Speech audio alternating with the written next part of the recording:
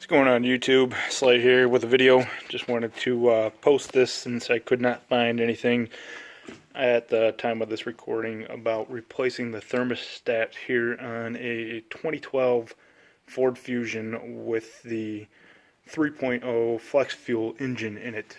There's a lot of 2.6s and whatnot, but nothing on the 3.0 variant.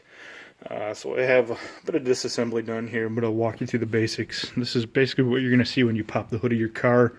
I'm going to show you the most invasive way to go ahead and get to the part without touching as much as possible on the engine here. So as we can see here, we have our cold air intake box coming up through here up into throttle body. Thank you. It was escaping my attention there. So what you're going to want to do is you're going to want to loosen the O-clamp here with a flathead here on the throttle body. That'll allow you to pull this unit back here, and you'll want to unclip your mass airflow sensor from here. Basically what you're going to do on the mass airflow sensor is this thing just has a red clip. You slide this back and you press down on the black part and you pull back. That comes off. You're able to then take your intake, move it over to the side. As you can see, I have already taken out my air filter just so I didn't get any antifreeze in it when I pulled off my tube. The tube that we're basically going to be looking for is this one here on the bottom. Goes right here into the side of the block. I have it disconnected here. The tools you'll need to accomplish all this job are basically right there.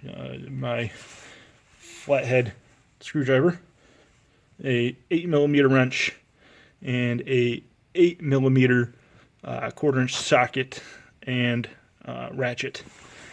That's basically everything you'll need for this job.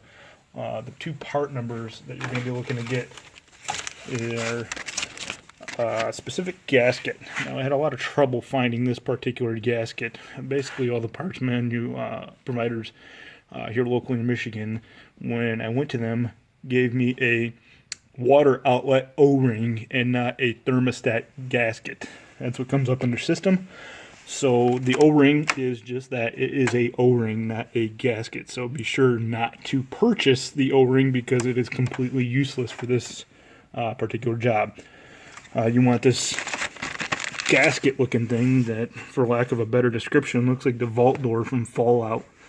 There is a specific channel cut out in here that slips over to the edge of the thermostat that you're going to be replacing. And here on the floor is the actual box of the thermostat. This particular thermostat I bought from O'Reilly's Auto Parts. So this is the model that they have available. There's their part number there. I had to order the gasket you see there from Advanced Auto. Nobody carried this gasket, and it had to be shipped in. Locally, the closest one was about an hour away, so keep that in mind. Make sure the parts are available before you attempt this job. There's going to be two screws that hold the thermostat housing bell to the engine block. Basically, you're going to use the 8mm ratchet to undo both these screws. The top one will come out with little to no effort. The one that's on the bottom, which, if I can get to it here, you can see it's basically just a bell housing that holds the thermostat. That one is a royal pain to get to. There's very limited space that you have to move down in there, and you will have to maneuver it, and it will take some time to get out. So just be mindful of that. Basically, you install the new thermostat with the new gasket and put everything together in reverse order. If you have any questions, let me know.